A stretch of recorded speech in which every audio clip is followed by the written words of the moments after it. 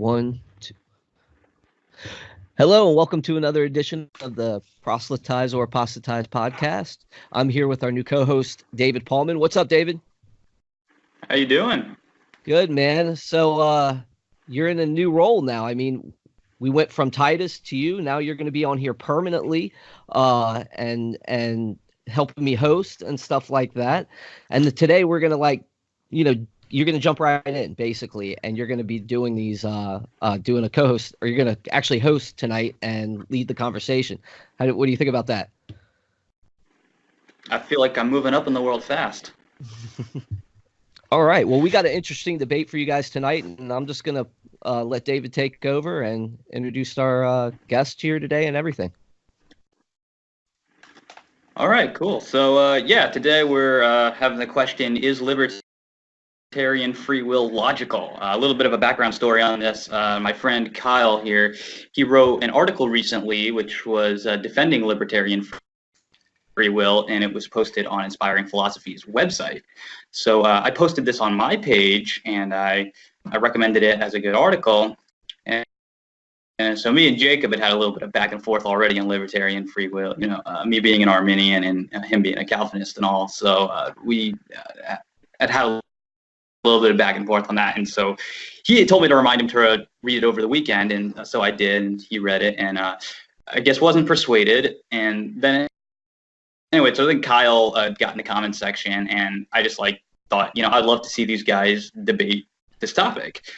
And here we are.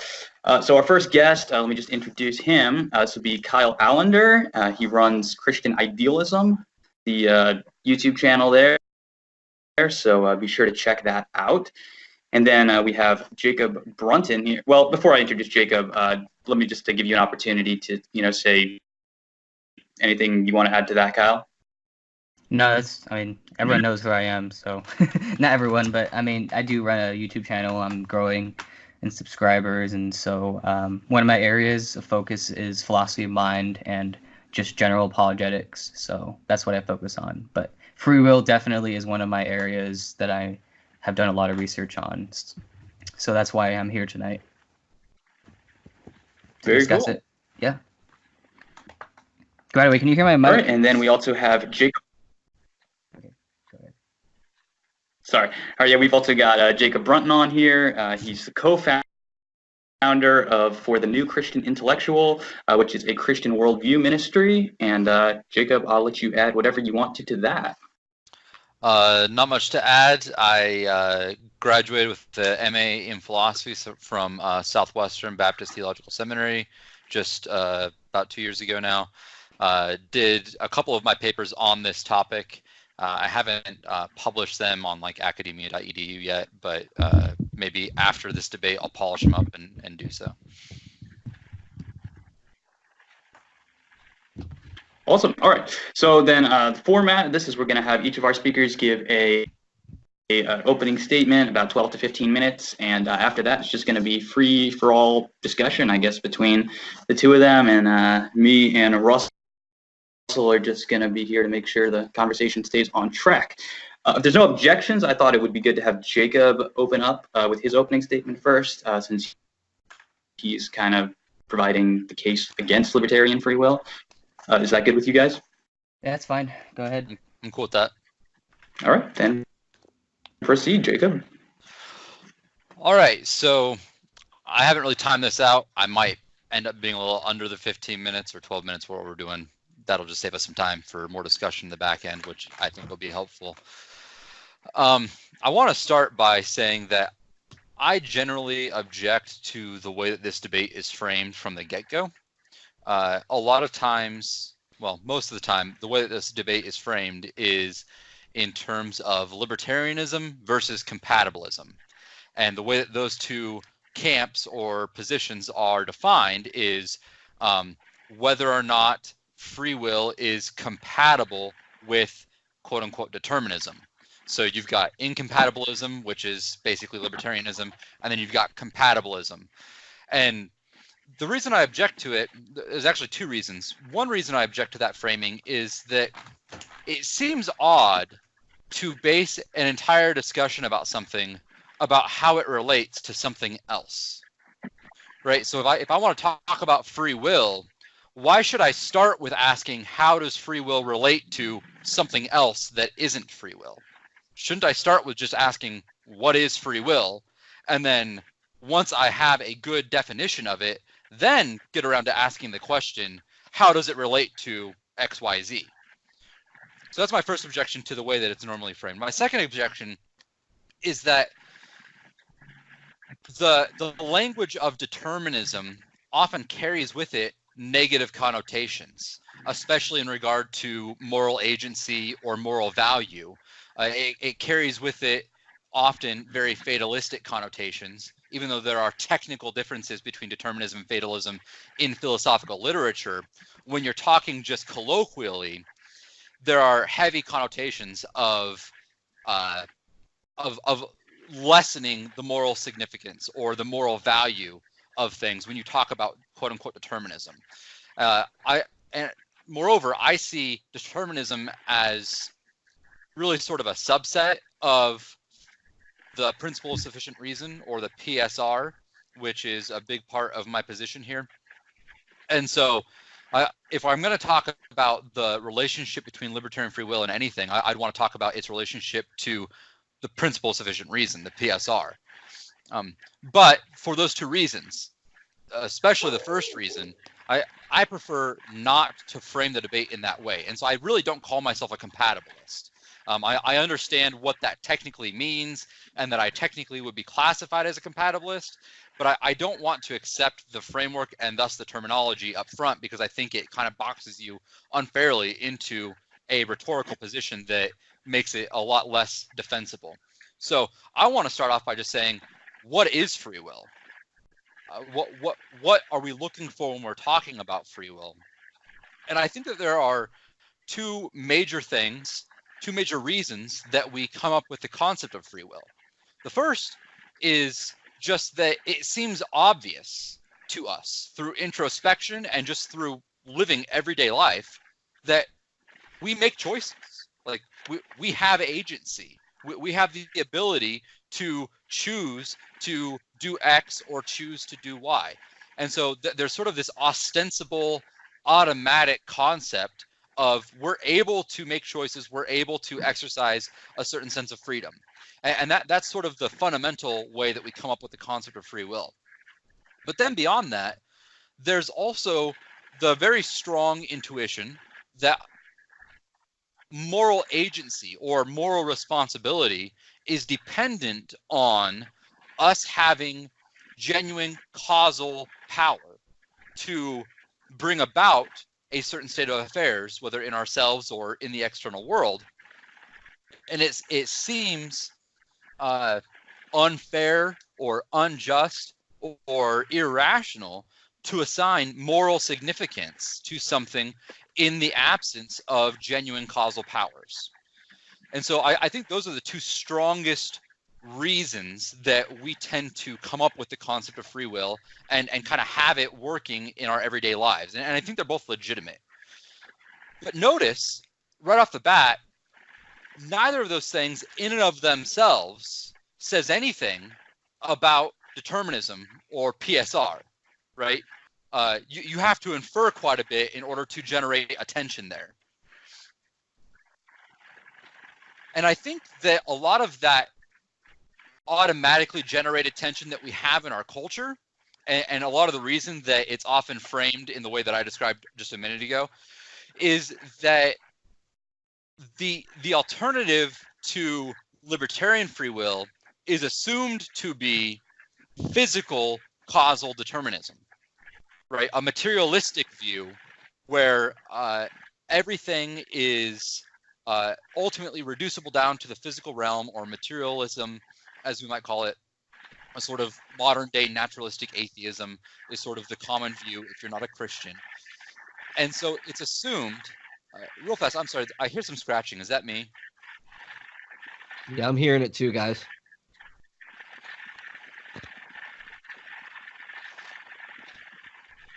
Sorry. David, should I keep going, or I don't want to ruin the audio? Yeah, go ahead. Okay. David, Okay. I You were think it's fine you. from my end. Okay. Is it me? All right, I'll keep going. Sorry. So I think a lot of the reason that we automatically jump to the idea that there is tension between the concept of free will, as I just laid it out, in terms of it being obvious and ostensible, and in terms of it being required for moral responsibility and moral value significance, is that we have this idea in our heads that if we're going to accept any version of the principle of sufficient reason, then it has to be physical causal determinism, right? And I agree that there are serious problems with physical causal determinism, and that if physical causal determinism were the case, then we could not have free will.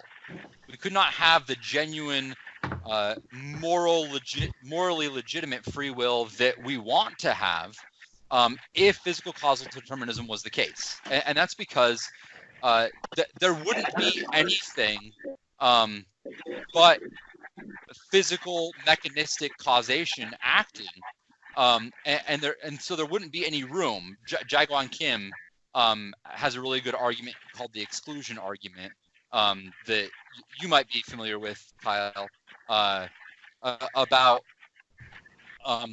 basically arguing that if everything is materially caused or reducible to physical material causation, then there's no room left for any sort of agent causation. There's no room left for me as an agent to have any causal powers, because all the causal powers are sort of eaten up or consumed by the physical determinism. And so I agree that physical determinism rules out any sort of morally significant free will. But I don't think that physical determinism is the only possible way of thinking about the principle of sufficient reason when it comes to causation, right? So a lot of libertarian free will advocates, especially Christians, will argue against physical determinism and say, therefore, we need a view of agent causation. And agent causation is viewed by most people to be sort of the bastion of libertarian free will advocates. Because now you've got an agent who's over and above the physical causal realm, who's able to make a decision apart from the causal influence of the physical causal realm. And that's where I want to meet you there. I'm assuming that you're there, that you're not a physicalist, since you're a Christian. So I want to meet you there, but then I want to press forward and further and say there's still problems. There's still problems with libertarian free will once you get out of the physicalism realm. And the problem is, I mean, you've probably all heard various versions of this dilemma, but it's encapsulated in the dilemma of when you as an agent, a non-physically reducible agent, make a choice, a free, morally significant choice, why did you make that choice as opposed to some other choice? And your options are either you're going to have a sufficient causal explanation that's not physically reducible, but still sufficiently causal, or you're going to have to resort to some sort of randomness. And of course, you don't want to have randomness. Most libertarian free will advocates would say that randomness is just as delegitimizing of free will as quote unquote determinism is, because then you still don't have the agent acting. It's sort of this random nothingness. And the way around it, by most advocates of LFW, is to posit that there is a reason for the action, right? So the agent has a reason for choosing to act with A as opposed to non-A. But then the question is, and we're just taking the dilemma a step further back now, question is, why did the agent go with reason A rather than reason B, which led to action A rather than to action B? And you see that this could go on, and you could end up having an infinite regress here if you don't come to a point of ultimately saying, all right, yes, there's a sufficient causal story behind the reason for the reason for the reason, or wherever you want to stop it at. And this is where the advocate of libertarian free will really ends up giving up on the principle of sufficient reason. And a good example of this is Alexander Pruss, who wrote the book on the principle of sufficient reason. But he himself is an advocate of libertarian free will, and he's got a whole chapter, or possibly multiple chapters, it's been a while since I read it, where he talks about the relationship between libertarian free will and the principle of sufficient reason. And he basically says, once he gets to this argument and he gets to this dilemma, and he acknowledges this is a dilemma for the advocate of libertarian free will. Once he gets to this point, he says, well, what we could do is we could modify the principle of sufficient reason to say that, well, we don't need sufficient causal explanation. We just need a sufficient explanation. And what he means by that is a good enough reason, right? So, and he basically says, well, we can just posit that reason A, that the fact that agent acted for reason A is rock bottom. It's just sufficient. We can just stop it there. And my objections are twofold. One, why stop it there? Why not stop it a step earlier and just say the agent didn't have to have any reasons at all?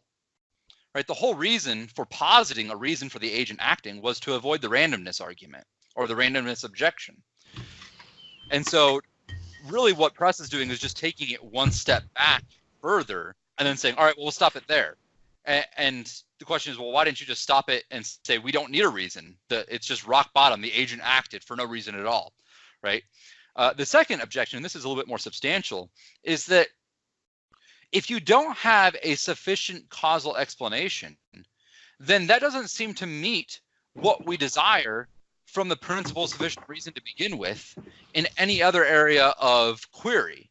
And I'm specifically limiting this discussion to causal sufficient reasons. So sufficient reasons in regard to causality, because you can talk about propositions and you can talk about modal logic and all kinds of other stuff that I don't want to derail the discussion. So I just want to focus in on causality here and say there's no other realm or area of life where we consider something as a sufficient causal explanation, meaning colloquially sufficient, as good enough, where there isn't actually sufficient causality happening, where the causal factors that we're citing don't mutually and sufficiently result in the outcome that is in question. And the only place that we do that, the only place that anybody wants to do that, is when it comes to free will. And in that sense, I say that that's sort of begging the question. It's a sort of special pleading where we're seeking robust, sufficient causal explanations for everything else in life, whether it's what caused a fire, what caused the airplane to crash, what allows an airplane to fly in the first place. All of these things, we're looking for sufficient causal explanations. It's only when we get around to free will that we say, oh, well, we don't need a sufficient causal explanation there. And so it seems like special pleading, it seems like question begging, and the only possible answers, if you're going to hold on to libertarian free will, are to just bite the bullet with the randomness objection, or to abandon the principle of sufficient reason altogether. And I don't think either of those are attractive options.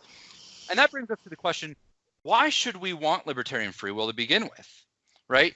If we can have robust, morally significant, free, agent-caused action that's not physically, not reducible physically in a causal sense, and I think we can, and we can still have the principle of sufficient reason in respect to causality, then what does libertarian free will to bring to the table? Why should we feel this need to trade off between the principle of sufficient reason and libertarian free will? What does the libertarian conceive of when they think about the agent? What is the agent? Is the agent something over and above and separate from his reasons for acting? Whether you're going to cite his beliefs, his desires, his psychological state, whatever the case is, whatever matrix of possible reasons you can come up with for the agent, it seems like the libertarian has to say that the agent is something over and above, not reducible to those reason states, those reasons, those possible reasons for acting. And if that's the case, then what is the agent? Is it just some random neutral void that doesn't have any reasons for the reasons that it chooses to act upon? So that's sort of the thrust of my argument and my objections to libertarian free will. And I think I will leave it there. Awesome, guys. Thank you so much for that. Just a quick word of warning here. We got to mute our mics when our speakers are going. So just, I mean, we get a lot of background feed sometimes when that happens. Sorry about that, Jacob. Kyle, before you go, I'm going to let you take the floor here in a minute. I'm going to switch to speaker mode because I know you want to share your screen, and I want that in full screen for us here. All right. So go ahead, Kyle. You're good to go whenever, man. Your 15 minutes start now, or whenever you start your first word. Okay. Do you guys see that? Oh, wait, hold on. You guys see that presentation? Okay. Okay, so is free will... Hold on. Let me get this. All right, so is free will logical? Well, first, we need to recognize that there are many different forms of libertarian free will. While I would agree with my opponent that there are some forms of libertarian free will that don't make sense because they fail to recognize external influence over our actions, I would disagree that libertarian free will is itself logically impossible. I accept that there is a limited sense of external influences, but that ultimately the agent makes the final decision. So then someone's character determines a range of choices rather than a specific choice itself. And so first line of evidence I want to give is simply our intuition. And I know he already discussed this before, but I just want to kind of bring as an argument is that intuition is a good starting point when addressing whether a position is correct. If something is intuitively obvious, then it is on the burden to show the intuition is wrong, not on the one to show the intuition is correct. And so free will is intuitive to how we make choices every day in our lives. As every day in our lives, it seems like we do have choices over our actions. And so free will is also simple in how we make choices. The claim that we are all the originator of our choices rather than something external to us is a much simpler explanation than a determinist view, which says that our choices are completely controlled by external causes. And so therefore, I would argue that the prior probability of free will is higher than that of determinism, and so determinism actually carries the higher burden of proof, at least initially. And so I would argue that my opponent would need to show evidence that can overturn this intuition of free will and not just assume that free will doesn't exist or isn't logical. So I also want to point out the second line of evidence is from the field of quantum physics. And so both the free will theorem and the Cauchy-Spector theorem show that because of quantum contextuality, that measurements of quantum observables cannot be simply be thought of as revealing what's called pre-existing or predetermined values. And so it says, quote, the free will theorem asserts roughly that if indeed we humans have free will, then elementary particles already have their own small share in this valuable cumulativity. More precisely, if the experimenter can freely choose the direction in which to orient his apparatus in a certain measurement, then the particle's response to that measurement is not determined by the entire previous history of the universe. And so the authors in that paper argue that the ascription of free will to elementary particles is deliberate, since the theorem asserts that if experimenters have a certain freedom, the particles have exactly the same kind of freedom. And so the authors also address the question of what's called randomness by saying that randomness does not apply to the free responses of the particles they described. It is precisely what they call semi-free nature of twin particles and more generally of entanglement that shows that something very different from classical stoicism is at play here. It also enables them to agree with Einstein that his famous quote, which is that God does not play dice with the universe. Therefore, since quantum physics is a non-deterministic theory, and since it supersedes all the classical physics, and since classical physics is a deterministic theory, then there is no evidence for determinism from the field of physics. Rather, it's more likely that physics can explain free will, and therefore free will would be logical in this sense. And so it would mean that the agent's first cause would be the particles collapsing into a different state to start off a chain of events that initially started with the agent's choice. That would be what we call agent causation. The constant observer would play a key role in wave function collapse and would be able to allow for agent causation in the universe. Again, I already pointed out before. I should note, however, that this does not prove that free will exists, since we can't really prove free will in the strong sense because we can't we can't get outside our experiences to see if there's something external to us that is really causing our decisions. Rather, this shows that free will is, again, logical and can be explained with modern physics. The third line of evidence I want to point out is from neuroscience. It reaches studies into deliberate decision making. For many years, I just want to point this out very quickly here. So, in many years in the past, there have been what's called the Libet experiments, and its methodology was used by many scientists, and they concluded that free will was an illusion because they were able to predict someone's decision a full 10 seconds before they constantly made a decision. However, they didn't take into account that there are different neurological mechanisms in decision making. And so because of that, they found that deliberate decision processes are not deterministic. And so we can see how free will is at least compatible and even supported by neuroscience. And so just to kind of wrap up here, in case anyone brings up this objection, researchers found that the raised potential in the brain is present even when subjects were not making any decisions. And then also that researchers also found that there is a veto in the raised potential that can stop a decision from being carried out. And finally, researchers found that the raised potential is absent during deliberate decision making. So I just want to point those things out just to kind of respond to any Libet type arguments that get brought up. So the methodology used by Libet and other researchers that tested human decision making were all based on arbitrary decisions and not deliberate ones. And so deliberate decisions are being currently studied by neuroscience. So I want to make a distinction between what's called free will and what's called meta-free will, or criteria causation. So criteria is the reasons or reasoning of our choices, which is the weighting of values, of goals, and past outcomes that our brain uses in order to choose for future outcomes. So during deliberation, the brain will test the various options, producing a pathway of events along with that choice, much like an what's called imaginary world line. And so new criteria will lie along these optional future paths or navigations.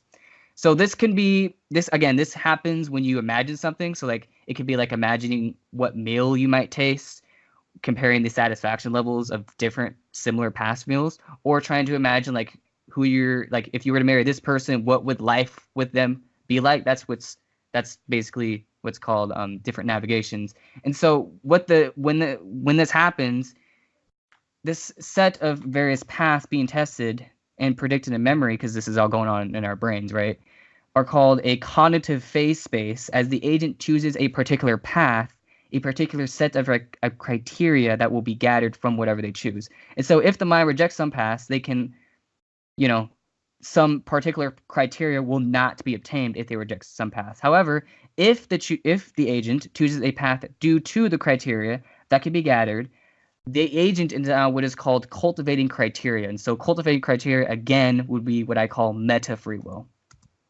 And so just to give you a little quote from Peter Ticey, he says, quote, "Finally, it is not enough to simply have the first order free will afforded by the above kind of nervous system that can choose from action freely, only if present choices can ultimately lead to a chooser becoming a new kind of chooser. That is, only if there is a second order free will or meta-free will do brains have the capacity to both have chosen otherwise and to have meta-chosen otherwise. Only such a meta-free will will allow a brain not only to choose among options available now, but to cultivate and create new types of options for itself in the future that are not presently open to it. Only then can there be responsibility for having chosen to become a certain kind of person who chooses from among actions consistent with that kind of person." And so just to kind of summarize what he's trying to say here, he's basically saying that the brain is preparing future states during which new criteria is the goal of the choice, and the chooser is what's called choosing what kind of chooser he wishes to become. And so I also want to point out a very important distinction here. So there's a distinction between what I call independent determinism and dependent determinism. So independent determinism is basically like the natural laws of nature, things that are like basically outside of control, right? Dependent determinism, however, is what's called criteria causation, which is when the independent forces are exploited for informational or criteria causation. So I'm going to get more into this in a moment. So just to give you a little analogy to compare these two ideas. So independence would be like water falling down rocks, right? That's pretty much it. Like nothing else to me to be explained. Dependent would be as if there's certain filters that are being placed on the water to kind of filter or guide where the rocks are going to go. And so again, this is just an analogy. This isn't a perfect analogy, but this is the best way I can describe it. And so this is what happens in the human brain, is that changes in the physical system's criteria, consciousness, limits firing in light of what must be met by future inputs to continue on falling down these rocks. Again, going back to the analogy, but are guided by criteria. And so this process of criteria causation is what's going on in our brains like constantly. And this is what's called a top-down operation. And so it allows animals not only to consider possible courses of present action or type 1 free will, but also, at least in the case of humans, it allows us to consider what kinds of choosers we strive to become, or type 2 libertarian free will, or meta free will. And so I also want to point out that explanations are not just the actual, the executed, but also the possible, the deliberated, but both are actually part of the will. And so we do not have a will, rather we have what's called wills. Thus, one might restrict the PSR to only actual infinity entities. However, I would also include possibilities as well. So ultimately, free will is completely logical if you approach it from this top-down microscopic perspective, which is basically the brain using this kind of phase space to test the long-term future tense pathways. And so in such this model, and again, this model is Peter Tice's model of free will, and he's a physicalist, so he doesn't believe in a soul or anything like that. So he's a full-on physicalist. And this is the model he points out. And he says that in such a model, neither natural forces, the linear philosophy of causation, or the unrestricted PSR is a potential rebuttal. And so just to kind of summarize, I went over intuition and simplicity. Quantum physics shows that free will is logical. And finally, criteria causation and recent neuroscience is showing that free will is logical. And so the burden is to show that all these things are mistaken and that somehow, despite this evidence, free will doesn't exist or isn't logical. So I define free will like this. Free will is simply the ability over time for an individual to navigate to a type of chooser as a top-down operation. And so I would say that that is completely logical. And so that will be my closing statement. Thank you.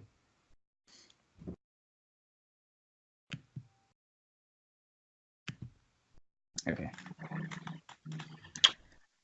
All right. So Kyle, you said that was the end of your opening statement there? Sorry. All right. So then, yeah, that's fine. At this point, then I think I'll just open it up. Then I guess we'll start with Jacob. You can, lob any questions. If you have any questions, I know it was very confusing. I was like, when I was trying to read, I was like, wait, this doesn't make any sense. But so, do you have any questions? Like, because you're still muted, Jacob. Thank you. First of all, I'm surprised that he's a physicalist. I'm curious, are you familiar with Kim's arguments? Oh yeah, well that's the thing. Like, Peter Tice was the one that actually responded to Kim's argument. There's actually a paper called "Two Types of Libertarian Free Will in the Brain." You can look it up, and Peter Tice responds to Kim's argument. And he uses this sort of criteria causation to basically refute the the exclusion argument, and basically shows that even under a physicalist model, when you take into account this criteria causation, that free will is still preserved. Like, you can still have free will even under physicalism. It's not reductionism per se. It's a non-reductionist form of physicalism, but you could still have free will under physicalism. So. Interesting. So I think my major objection, and this again goes to the framing of the whole debate, is sort of the smuggling in of libertarianism into the concept of free will. And it's sort of a lot of the discussion assumes that if it's not libertarian, therefore it's not free will. And so, you're just using the phrase free will and assuming libertarianism there. And a lot of that is packed in when we talk about intuitions and things like that. And when we talk about burden of proof. So I agree that there's a very strong and good intuition that we have free will. I'm not so sure about an intuition of libertarian free will, because that would have to be the intuition that my free will choices lack sufficient causation. not just that they lack sufficient physical causation, because I could even see that as a sort of intuition, but that they lack any sort of sufficient causation, physical or non-physical, and that's a whole lot to pack into an intuition that I'm just not sure that I have or that anyone else has. Well, it depends on. So I would actually. It depends because again. I said there are different forms of libertarian free will, right? So I don't actually accept what's called hard determinism, which is the view that like we are completely free from all external influences. Like I reject that. Like I would agree with you there. Like that form of libertarian free will is definitely ad hoc, not true at all. However, I think if you define it a certain way that takes into account external influences, I think once you accept the fact that the agent is the ultimate decider in his decision, then that pretty much is libertarian free will. It may not be the hard form of it. It's more like the soft version, obviously, but that's still gonna like allow libertarian free will to at least be logically possible, and I think it does exist as well. Sure. And that's why I stress the issue of sufficient causality, because any good libertarian who doesn't want to just be pilloried right off the front is going to say, well, yes, there's room for external causal factors, right? External influences and things like that they're going to concede that, and I think rightfully so. But the caveat is that there's no sufficient causal determinism, quote unquote, or sufficient causation to an agent's actions. And that's really where the difference lies. Is there a sufficient causal explanation, or isn't there a sufficient causal explanation? And libertarianism obviously has to say there is not a sufficient causal explanation. And the first thing that I'm just objecting to is that doesn't seem like the type of thing that we can have an intuition about. Well, I think I would agree with you if it was only type 1 free will. But when you take into account type 2 free will, which is criteria causation, that objection doesn't really work because the different possibilities that the brain is deciding, that's still a sufficient like explanation, right? Because it's going on in this cognitive phase space like I was talking about earlier. So you're still gonna, it's not type 1 free will, but it's definitely type 2 free will, and that could still, I would say that the PSR could still apply and still work with type 2 free will. And like type 1 is kind of like the consequence of type 2. So it's kind of like, is what it is. So when you say type 2 free will and you're talking about the brain operating in the way that you are, what you're suggesting, I think, and tell me if I'm wrong, what you're suggesting is basically that there's a process, and we don't need to get into the technical difficulties unless you think it's relevant, that there's a process that the brain is going through. And obviously. And the type 1 libertarian free will is a result of that process. Well, right. Well, go ahead. Yeah, so type 1 is like the micro free will, and then the macro free will is type 2 free will. So it's like type 1 free will they both influence each other in some way, right? But type 1 free will is what goes on in our everyday lives, whereas type 2 is kind of like our character, our desires, our needs, our wants, right? And those will obviously have an influence on type 1 free will. But again, we still the point I'm trying to make here is they both affect each other. So when you make a decision, you're what's called cultivating criteria, or you're kind of creating your own meta free will or macro free will, so that will pretty much kind of navigate to your micro free will or your everyday decisions. So I think once you take both those things into account, then I don't really see any contradiction with the PSR at all. I mean, that's just my opinion. You might disagree with me there, but so I think it'd be helpful to try to zero in as much as possible on where we agree and where we disagree. Okay. So I can fully agree that there's a distinction between sort of what you're calling type 1 free will and type 2 free will in terms of our everyday actions, and you might just call the agent does action A, that's sort of type 1 free will, and then there's the history of his actions and the history of his thought life and his desires and all this matrix of things, and that's sort of the type 2, and that they influence each other, right? The action that you take can sort of solidify a certain character trait in you that will sort of limit the range of options for your next set of choices down the road. So I can agree with all that.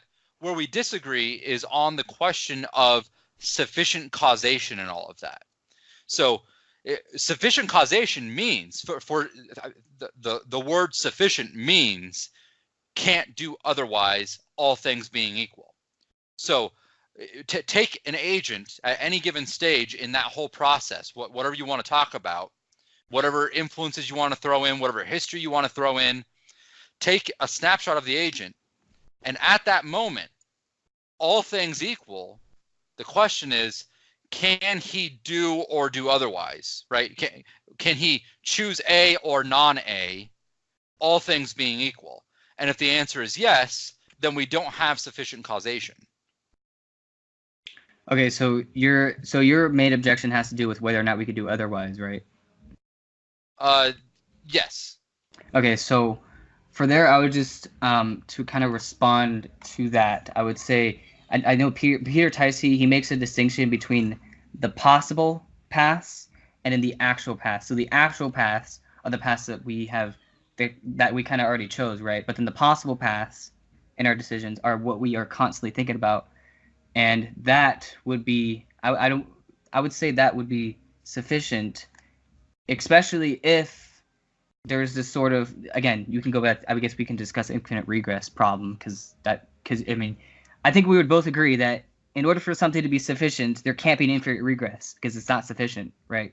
So I would say it just kind of boils down to the infinite regress problem. And if we're talking about infinite regress, I mean, that doesn't really, the infinite regress problem doesn't really apply to that under meta free will because, again, it's a whole history. So there's a point in time in which that meta free will kind of start, and that starts off early in life, right, when you're a toddler, and then you grow it over time.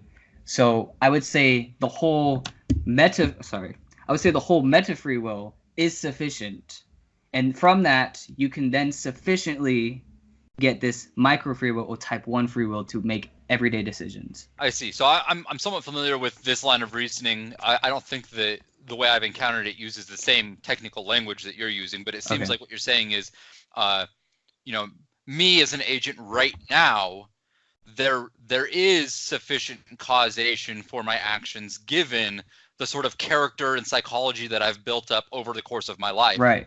But at one point in time in the past, there was an instance where there wasn't sufficient causation.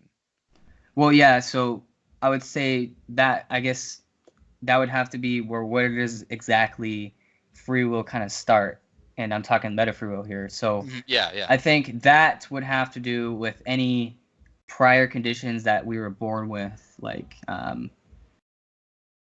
I mean, there are, like, for example, there are certain fears that we have that we are kind of born with, like, that we don't really have a choice in. So I think that would have to go into, like, evolutionary psychology, not evolution, but, like, just psychology in general, like child development, right? Yeah, so, I don't think we need to describe the causes, right? It's really just a matter of are the causes there, and are they sufficient or not? Well, regardless of what they are, like I don't expect you to be able to paint a picture, especially an accurate picture, right, of your own psychological history or the hypothetical psychological history of a given agent. That's a huge burden I don't want to place on either of us. Right. I just want to talk about, is there sufficient causation at every step along the way, or isn't there? I think, and it sounds like what you're saying is that there has to be some step near the beginning of life where there isn't sufficient causation, and then maybe there is sufficient causation from then on. Is that correct? Yeah, that's what. Yeah, because I believe that, like, I take the view that, like, free will is kind of developed over time. Like, we need, in order for us to have free will, we need information given to us. Because, I mean, if we don't have information given to us, of course we can't have free will, right? Because there's no options to choose from.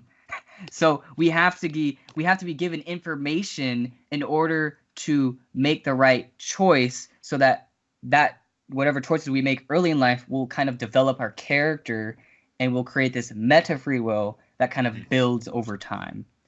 And so I don't really see how that wouldn't be a sufficient explanation of free will when you look at it from this, macro free will perspective. I mean, I agree that viewpoint is a lot more plausible than sort of the run of the mill Joe Schmo libertarian free will. Oh yeah. But I think it still falls prey to the objection of violating the principles of sufficient reason, because it has to allow for some lack of sufficient causation somewhere in the timeline. It's just in the past, in each agent's past, but it still has to allow for a lapse in sufficient causation somewhere along the way, even if it's just once for a split second. Right. So, hold on. I'm trying to look at my notes here. So, to kind of address that, I think the question is, do we ourselves start to make that choice? I would say yes and no. That there's this prior condition, like we had to be created, right? Somehow, some way, we had to be created, and so that creation of that free will itself be sufficient, and then the free will itself becomes sufficient from that. So, I think that would kind of I don't know, because it gets very complicated. Because again, I don't know when exactly free will starts. I mean, it could be different from any human being, because certain people will develop different, have different psychologies and so on and so forth. So I would say from there, the question isn't what started free will. The question is what created free will. And so I guess we'd have to go to, is the creation of free will, when it first starts in early life, is that sufficient? Right? Yeah. You Here's get where an I'm going at? question. Yeah. I mean, I still disagree that gets you out of the objection, but I don't want to keep drilling the same point. Here's an interesting question that might help some more dialogue. And I mean, David, either David, feel free to jump in whenever that you think is appropriate here. I'm curious, do you think that God has libertarian free will? And if so, is it sort of the same model where, like, there was a time in the past where his choices weren't sufficiently caused, but now they are sufficiently caused? I think God does have free will, but it's because he's timeless, because he's eternal. There wasn't any development that happened. I mean, it's the same. I kind of compare like free will with our knowledge of the world, right? So God's omniscient, right? We're not omniscient. We don't know everything.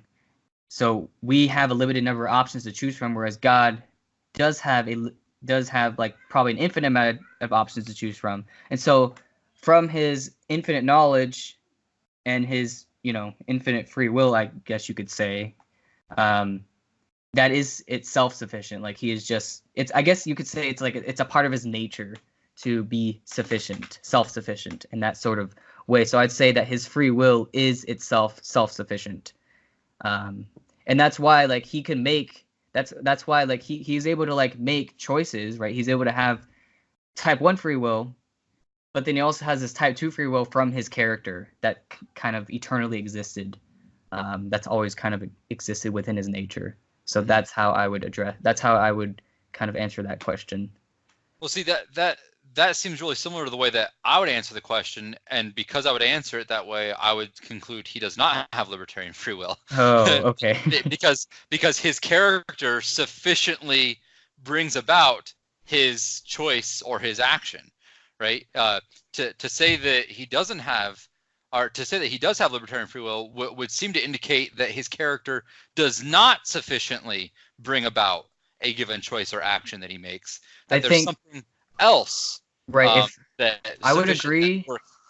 I would actually agree with you if we only had type 1 free will. So if we only had type 1 free will, I mean, if we had like no desires, no needs or wants, like I think free will would be pretty much illogical if that were the case. But I don't think I think there's two types of free will, like I said before. But the question is the whole matrix of those needs and wants sufficiently causing the choices that you make or not? And if not, then there's not sufficient causation, or something's coming in from the outside to complete the sufficient causation. And we obviously don't want to say that about God, that because Right. there's nothing outside of him that would come in to sufficiently cause his action. And so you've either got God, because we don't have this issue of time, so it's less obscure with God. He's timeless, so it's kind of in your face that it's either his character sufficiently causes his actions such that he, quote unquote, could not do otherwise given his character, or you've got a sort of randomness problem where God isn't acting fully on his character, because otherwise you'd have sufficient causation. You've got him having an element of randomness where his character only gives him so much range of options, and then he randomly chooses within that range of options. So I would say, to respond to that, I would say that because criteria causation is goal oriented, then God has certain goals in mind when making decisions. So the I guess you could say like the mind of God would kind of like prepare future states or future possible worlds, you could say, that are themselves self-sufficient, right? And again, this is all, I think this is like kind of all assuming the unrestricted PSR, and I think we don't have to hold to the unrestricted PSR. I think there could be a restricted PSR which kind of gets around this whole issue. I guess, I don't want to spend too much time on that aspect, but well, my question to that is there some other reason to restrict the PSR in terms of causation other than this issue of libertarian free will? Because if there's not some independent reason for positing a restriction on it, then it really seems like it's sort of special pleading and question baking. Like, well, we run into problems with the unrestricted PSR on this issue, so let's just go ahead and restrict it. Yeah, so I would say I would do hold to the restricted PSR myself, because I don't really see, because sufficiency, it really depends on how you define it. Do you mean like, are you talking like the sufficient explanation for like it has to be fully explainable like every conceivable way, or? So when I'm talking about sufficient causation, what I mean is that for any phenomenon that we're seeking a causal explanation for, there is a sufficient causal explanation, meaning that there's a sufficient matrix of factors that necessarily entail that phenomenon and no other phenomenon. That's what sufficient means, Okay, right? okay. We talk about something as logically sufficient for X. We mean, given those factors, X follows. Right. So, again, I would kind of go back to Peter Ticey on this. So, there's what's called possible sufficient reasons and then actual sufficient reasons.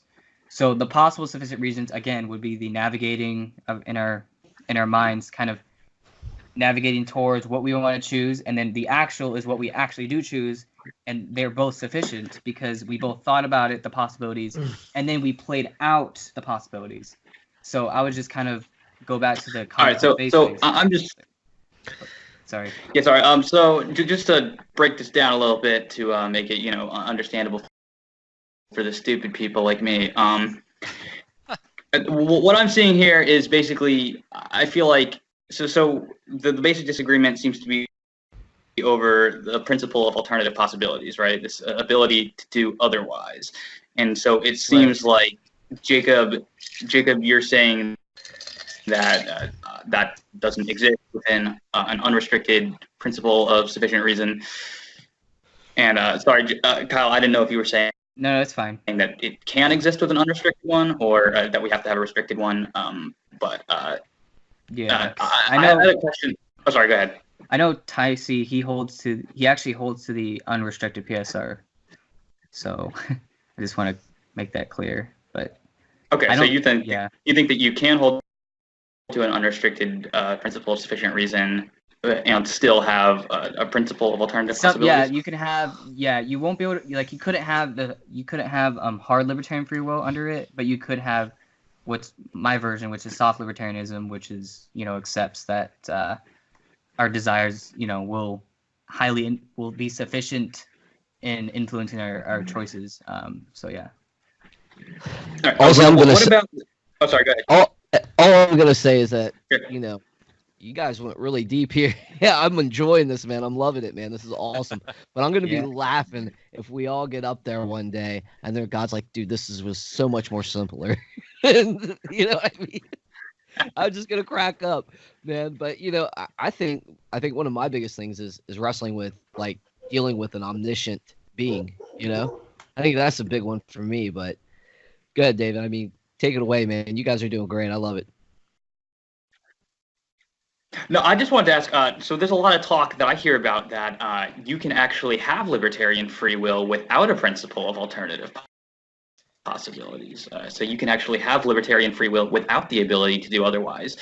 So I don't know if that's too far off base here, but it seemed like bringing that up would be relevant. I was curious, well, first of all, Kyle, if you think that that's a legitimate possibility in a way maybe of getting around Jacob's objection, and then I'm curious if Jacob has an answer to if he thinks that doesn't escape it.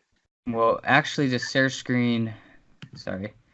So I quoted this, and what he actually does say is that that is only if there is a second order free will or meta free will do brains have the capacity to both have chosen otherwise and to have meta chosen otherwise. Only such a meta free will allows a brain not only to choose among options available now, but to cultivate and create new types of options for itself in the future that are not presently open to it. Only then can there be a responsibility for having chosen to become a certain kind of person.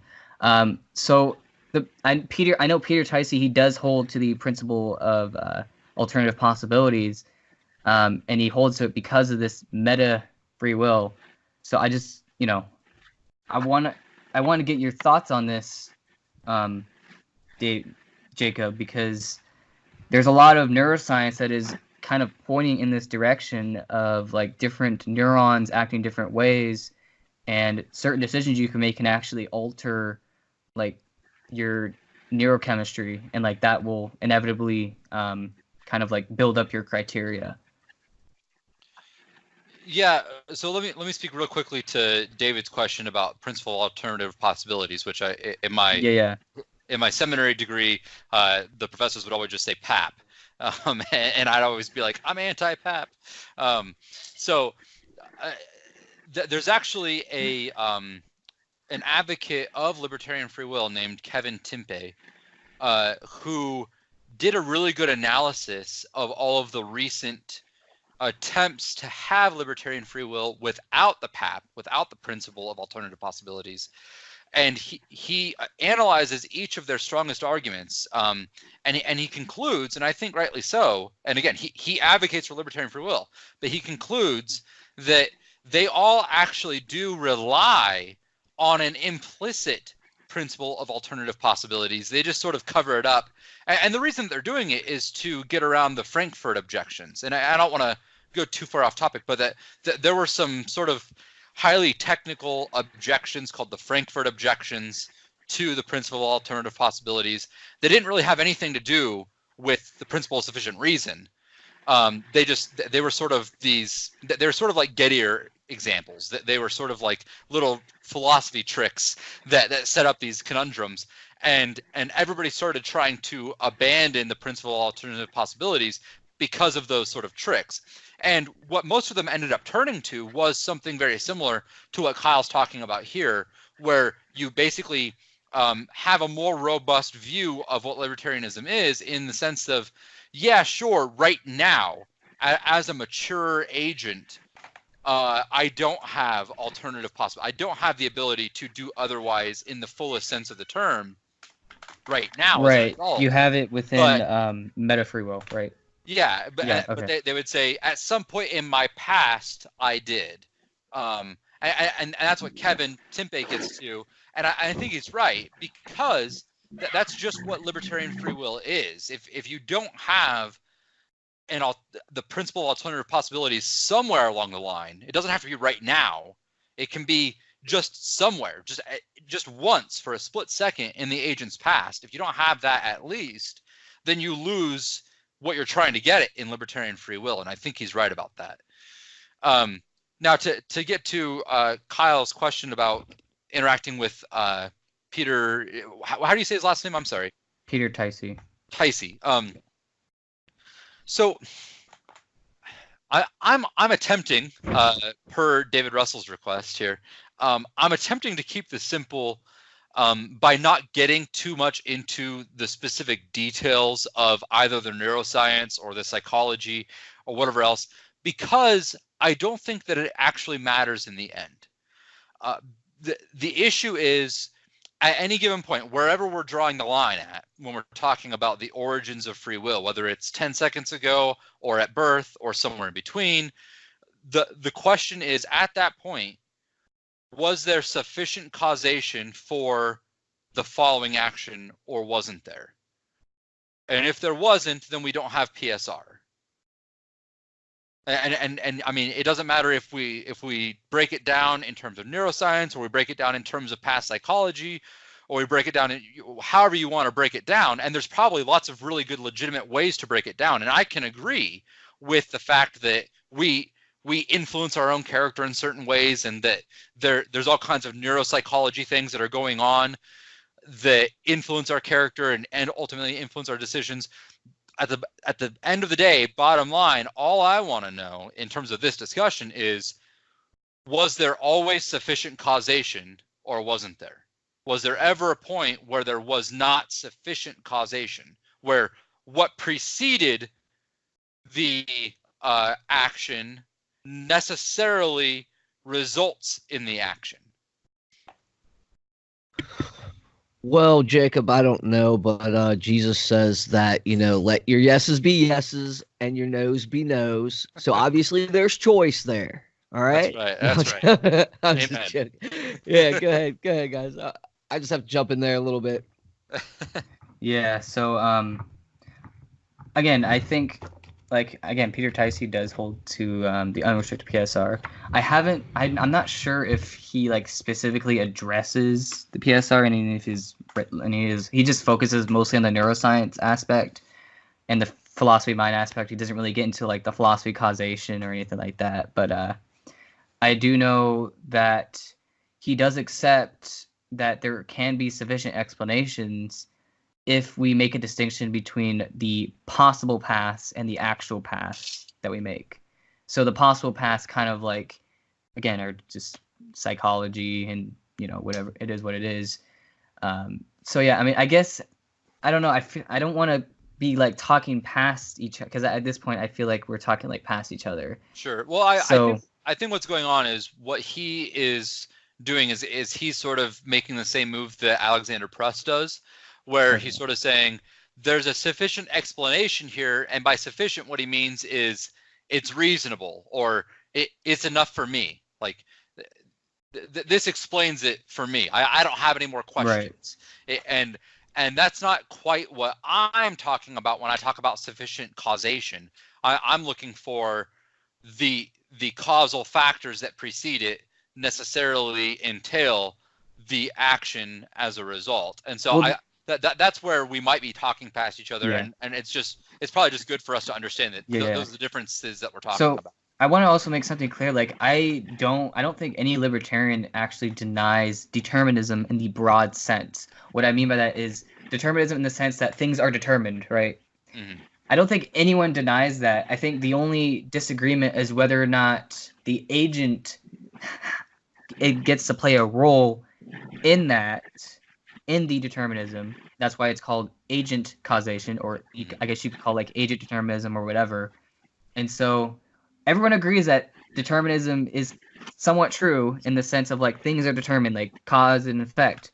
The question is whether or not the agent has a sort of role to play in the world, sort of a role to play that. And so again, I would just go back to my criteria causation model, because obviously free will decisions are much more complicated than just A plus B equals C.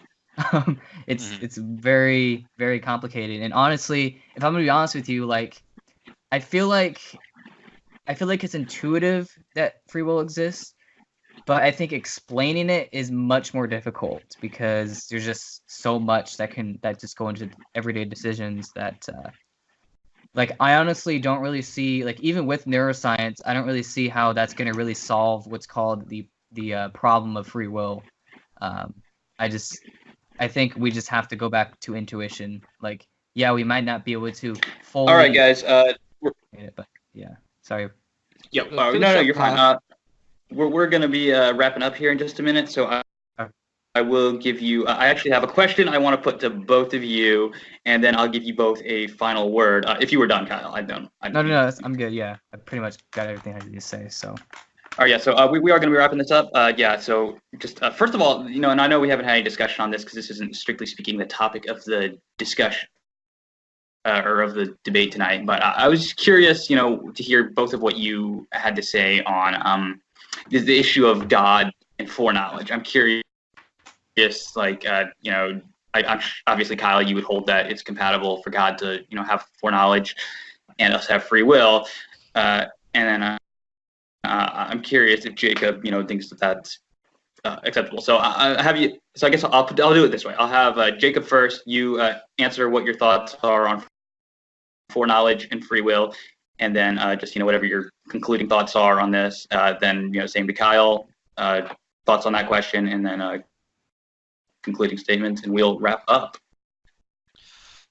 All right. Well, I need to confess that I'm a little taken off guard by the question posed to me because typically foreknowledge isn't really an issue unless we're talking about libertarian free will. So I don't affirm libertarian free will, and therefore I don't see any conflict between God having perfect foreknowledge and human free will, because I don't think that human free will has to be of the libertarian variety. I don't think it has to lack sufficient causation. And so the idea of God's foreknowledge and human free will, in my mind, are perfectly compatible. I don't know, David, did you have some more pointed question in regard to my position on that I'm not really catching?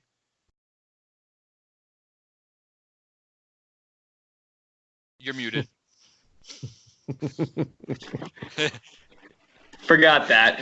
All right. I know. Yeah, I was just curious if you did think that was an issue or not. Yeah, and then and then just any concluding thoughts you have or what you want to say.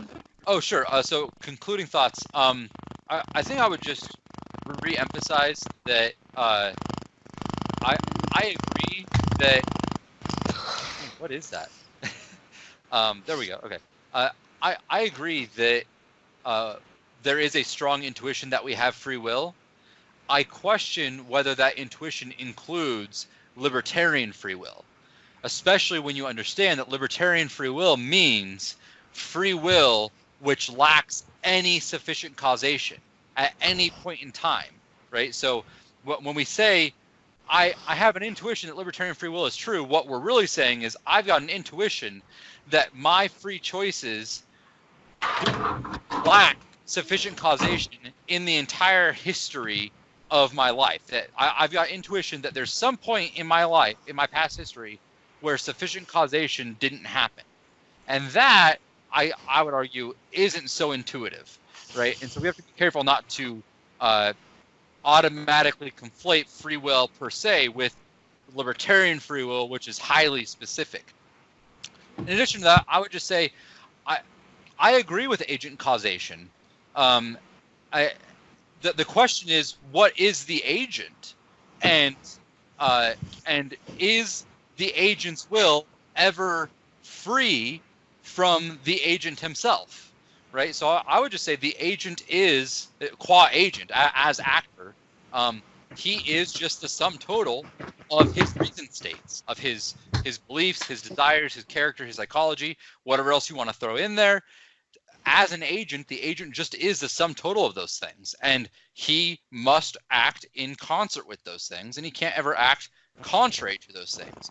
And that just makes total sense to me. And so I don't think that you have to be a libertarian about free will in order to have agent causation. In fact, I think libertarianism brings in the question of randomness in addition to the question of how does this fit with the idea of sufficient causation, which most people, I would say, is intuitive to most people. The idea that everything has a sufficient cause for it is an intuitive thing, and the fact that we have free choice is an intuitive thing.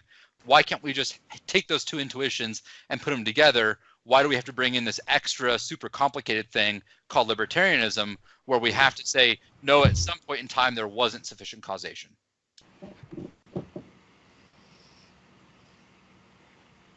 All right, and then Kyle, just your thoughts on foreknowledge and free will and your concluding thoughts.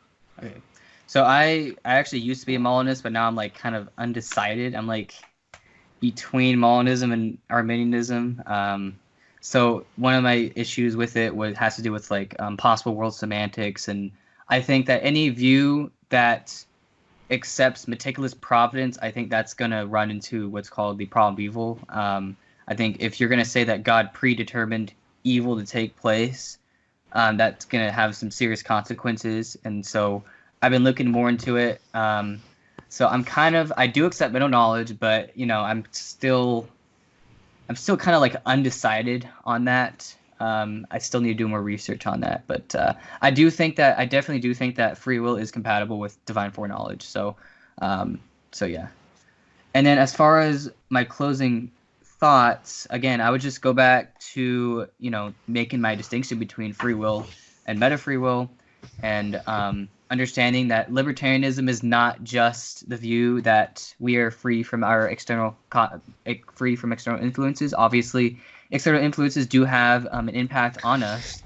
I just say that, again, the agent makes the ultimate final decision in his set of possible paths.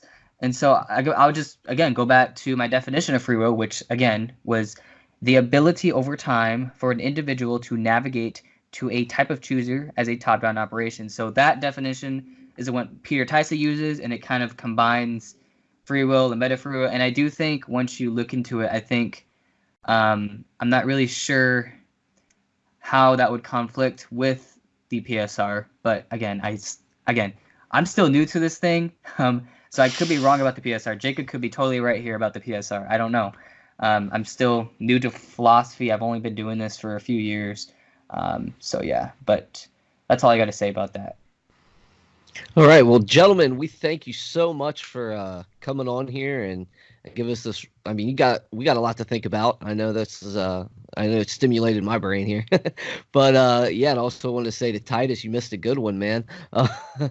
Titus is another co-host we have here, and he's working on another project right now. But again, guys, thank you so much. That's it for this edition of Proselytize or Apostatize. Again, thanks, guys, for coming. Thank you.